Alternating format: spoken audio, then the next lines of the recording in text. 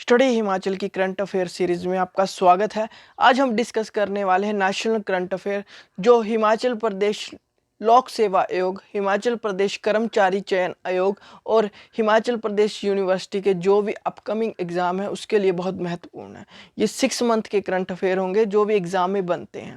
दोस्तों most important current affair है ये जो आपके साथ हम डिस्कस करने वाले हैं। चलो शुरू करते हैं। दोस्तों उससे पहले आप डेली क्विज़ेस लगा सकते हैं। हमारी वेबसाइट पे जाके आपको डिस्क्रिप्शन में लिंक मिल जाएगा। हमें व्हाट्सएप कर सकते हैं नोट्स के रिगार्डिंग और हमारे चैनल को सब्सक्राइब कर सकते हैं जैसे आपको हमारा कंटेंट पसंद आ रहा है। चलो शुरू करते हैं। दोस्तों पहला प्रश्न है कुछ इस प्रकार से। दोस्तों पहला प्रश्न है in India the Hindi days observed across the country on which date. Bharat में हिंदी दिवस पूरे देश में किस दिन मनाया जाता है। जो भारत में हिंदी दिवस है वो 14 सितंबर को मनाया जाता है। जो हिंदी दिवस है, ठीक है, इस सेलिब्रेट किया जाता है हर साल 14 सितंबर को। क्यों किया जाता है कि जो इसकी हिंदी की जो पॉपुलैरिटी है और ये एक ऑफिशियल लैंग्वेज भी है कंट्री की। ठीक है, चलो नेक्स्ट क्वेश्चन देखते हैं। Who represent the India at the 6th brick environment minister meeting. जो भी 16वें ब्रिक्स पर्यावरण मंत्रियों की बैठक में भारत का प्रतिनिधित्व किसने किया था, बहुत ही महत्वपूर्ण है। जो 6 में जो ब्रिक्स पर्यावरण मंत्रियों की बैठक हुई थी उसमें जो इस बार जो क्या किया था, प्रतिनिधित्व किया था, मतलब कि रिप्रेजेंट किया था, जिन्होंने इंडिया को, भारत को रिप्रेजेंट किया था, वो थे, आपको पता होगा, वो है प्रकाश जावड़ेकर जी। ठीक है दोस्तों, आपको ये भी पता होना चाहिए प्रकाश जावड़ेकर के जी के पास कौन से इनके पास कार्यालय है। इसकी बात करें, कौन सा इनके पास कौन सा एक क्या आता है, क्या वो सर्विंग कर रहे हैं, क्या वो एक पहले जो प्रकाश जावड़ेकर जी है उनका जन्म हुआ है 30 जनवरी 1951 में और ये एक भारतीय पॉलिटिशियन और बीजेपी से संबंध भी रखते हैं। उनके पास जो he is currently serving as the minister of environment, forest and climate changing, ministry of information and broadcasting and ministry of heavy industry and public enterprises. इनके पास इसका कार्यभार संभाला हुआ है इन्होंने। ठीक है, इसका कार्यभार इन पर ही है। आगे देखते हैं। आगे क्वेश्चन है कि who has been elected as the new prime minister of Japan. Japan के नए प्रधानमंत्री के रूप में किसे चुना गया है, वो है योशिहिदे सुगा जी। जो क्या है नाम उनका, योशिहिदे सुगा जी, जो जापान के नए प्रधानमंत्री बने हैं, इनका नाम है। और ये LDP जो लिबरल डेमोक्रेटिक पार्टी है, ठीक है, उन्होंने इलेक्टेड हुए हैं और ये जापान के नए प्रेसिडेंट का प्राइम मिनिस्टर प्रधानमंत्री इलेक्टेड हुए हैं 16 सितंबर 2020 को ही। बहुत महत्वपूर्ण क्वेश्चन है, आपको आना भी चाहिए, क्योंकि उन्हें जो लिबरल डेमोक्रेटिक पार्टी है, ठीक है, उनमें सबसे ज़्यादा वोट ही नहीं पड़े हैं और ये जो जापान के क्या बने हैं, नए प्रधानमंत्री बने हैं। आगे चलते हैं। Who has been elected as Rajya Sabha deputy chairman. ये री इलेक्ट हुए हैं, ठीक है, आपको पता होना चाहिए, ये री इलेक्ट हुए हैं। किसे राज्यसभा के उप सभापति के रूप में चुना गया, वो है दोस्तों, ये याद रखना है। ठीक है दोस्तों, हरिवंश नारायण सिंह जी को चुना गया है। और जो हरिवंश नारायण जी ये कौन है, इनके बारे में भी बात करते हैं। NDA कैंडिडेट है, ठीक है, नेशनल डेमोक्रेटिक अलायंस कैंडिडेट है जो हरिवंश नारायण सिंह जी है। उन्होंने राज्यसभा के डिप्टी चेयरमैन में क्या हुए, रीइलेक्ट हुए हैं। और उन्होंने किसे हराया है, वो है दोस्तों जो विपक्ष की पार्टी थी RJD, राष्ट्रीय जनता दल को, मनोज झा जी को उन्होंने क्या हराया है, उन्हें हराया है। और कौन जीते हैं, कौन बने, रीइलेक्ट कौन हुए हैं, फिर से बता देता हूँ एक बार, हरिवंश नारायण सिंह जी रीइलेक्ट हुए हैं। आगे है question, who has been appointed as the new president of all India tennis association. जो अखिल भारतीय टेनिस संघ के नए अध्यक्ष के रूप में किसे नियुक्त किया गया है, वो है अनिल जैन जी को किया गया है। अनिल जैन जी को किया गया है। और ये किससे संबंध रखता है, ये वाला फेडरेशन, वो है टेनिस से। और इसकी 1920 मार्च में क्या हुई थी, फाउंडेशन हुई थी, मतलब फाउंडेड, इसकी क्या की गई थी, एक नींव रखी गई थी। और दिल्ली में इसका हेडक्वार्टर है, याद रखना है, ये भी बहुत महत्वपूर्ण है। और आप अब हमें व्हाट्सएप भी कर सकते हैं नोट्स के रिगार्डिंग, जल्दी से जल्दी आप नोट्स चेक कर सकते हैं किस तरह से हैं हमारे नोट्स। आगे देखते हैं, what is the rank of the India in the global economic freedom index 2020। दोस्तों global economic freedom index actually में है क्या?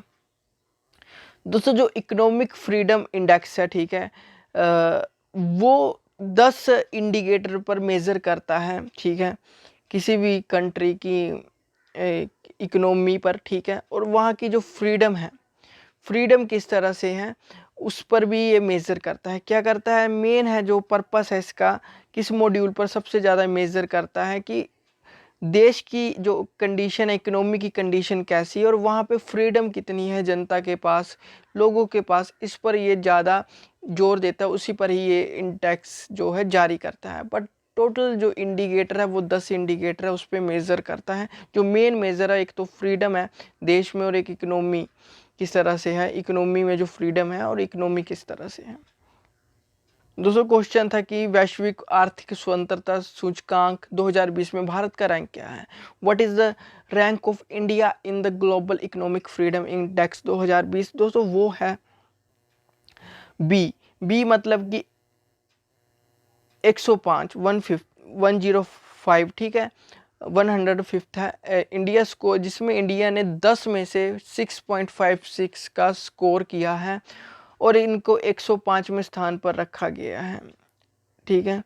और जो ये रिलीज़ किया गया है, जो ये डाटा रिलीज़ किया गया है, वो किसने किया है? फ्रेजर इंस्टीट्यूट, जो कनाडा में है। फ्रेजर इंस्टीट्यूट और कनाडा में है, ठीक है, याद रखना है।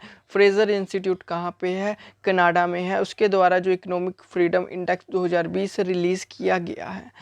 आगे चलते हैं कि which country has topped the global economic freedom index 2020? किस देश ने वैश्विक आर्थिक स्वतंत्रता सूचकांक में 2020 शीर्ष स्थान प्राप्त किया?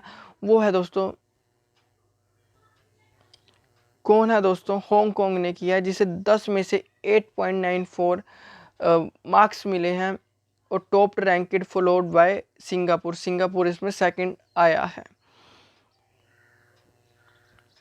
अगला है क्वेश्चन कि according to the latest estimate of gross domestic product GDP, the Indian economy has experience a construction in the first quarter, contraction.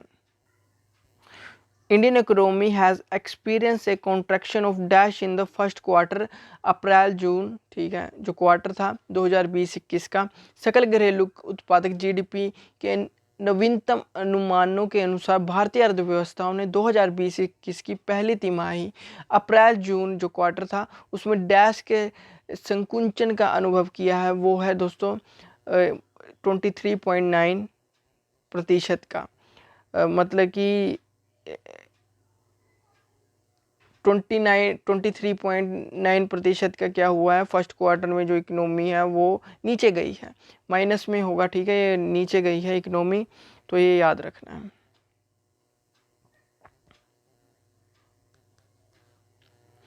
अगला है India was ranked at the which position on the world bank annual human capital index?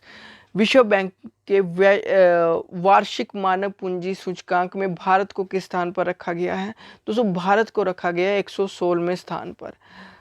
116वें स्थान पर रखा गया है, किसमें? World bank annual human capital index में। बहुत महत्वपूर्ण क्वेश्चन है, वेरी इंपॉर्टेंट।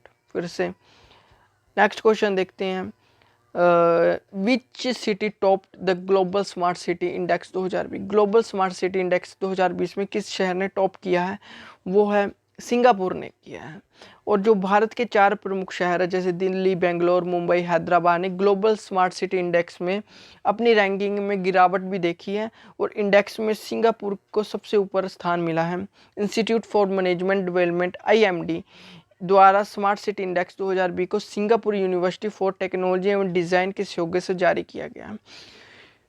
जो ये इंडेक्स जारी किया है वो किया है दोस्तों इंस्टीट्यूट फॉर मैनेजमेंट डेवलपमेंट, ठीक है, इनके द्वारा ये जो इंडेक्स है जारी किया गया है। और ये किसके इसमें थोड़ा सा हाथ था Singapore university for technology and design, इनका भी सहयोग था इस जो इंडेक्स को जारी करने में।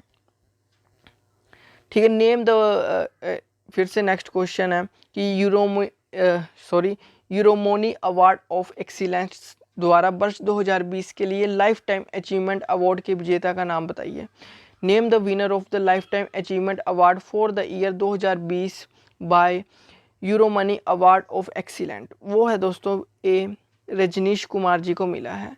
और ये किसके रिलेटेड होता है? यूरोमनी जो अवार्ड है फॉर एक्सीलेंस पुरस्कार सर्वश्रेष्ठ बैंकों और बैंकरों को प्रदान किया जाता है, या तो बैंकों को प्रदान किया जाता है जो बैंक में काम करते हैं। इनकी शुरुआत हुई थी 1992 में की गई थी और जो वैश्विक बैंकिंग उत्पादन में शुरू किया गया था। ठीक है, और ये अपनी तरह से पहला पुरस्कार था बैंकिंग में श्रेष्ठ। अगला क्वेश्चन है कि which of the following country chaired the G20 foreign minister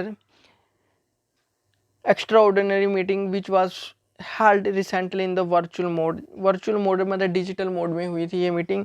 निम्नलिखित में से किस देश ने हाल ही में वर्चुअल मोड में आयोजित G20 विदेश मंत्रियों की असाधारण बैठक की अध्यक्षता की? वो है दोस्तों सऊदी अरेबिया ने की है। किसने? सऊदी अरेबिया ने की है। और सऊदी अरब ने G20 के विदेश मंत्रियों की असाधारण बैठक की अध्यक्षता की और हाल ही में आभासी मोड में भी आयोजित की गई थी, जिसे वर्चुअल मोड कहते हैं, उसमें आयोजित की गई थी डिजिटल वे में, वर्चुअल मोड में। अगला क्वेश्चन है कि which minister has launch the mobile app card Mausam नाम से एक मोबाइल ऐप लॉन्च की गई है। किस मंत्रालय ने लॉन्च की है? वो है अर्थ साइंस मिनिस्टर ने की है। मतलब कि पृथ्वी विज्ञान मंत्रालय के द्वारा की गई है। जो पृथ्वी विज्ञान मंत्रालय फाउंड हुआ था, इसकी नींव रखी गई थी 2006 में और ये पड़ता है नई दिल्ली में पड़ता है। और जो इसके अंडर आते हैं, जो मिनिस्टर रिस्पॉन्सिबल है इसके रिलेटिव, वो है डॉक्टर हर्षवर्धन जी। डॉक्टर हर्षवर्धन के पास जो मंत्रालय है वो है ministry of science and technology, ministry of health and family welfare and ministry of earth science. ठीक है, और जो ये बीजेपी गवर्नमेंट से संबंध रखते हैं। ठीक है, ये भी आपको याद रखना पड़ेगा। दोस्तों कुछ इंपॉर्टेंट क्वेश्चन आपके साथ डिस्कस किए। Thank you and have a nice day. Bye bye. I hope आपको वीडियो अच्छी लगी होगी। वीडियो अच्छी लगी है तो चैनल को सब्सक्राइब करें। हमें बताएं आपके लिए क्या लेके आए next video. Thank you and have a nice day. Bye bye. God bless you all.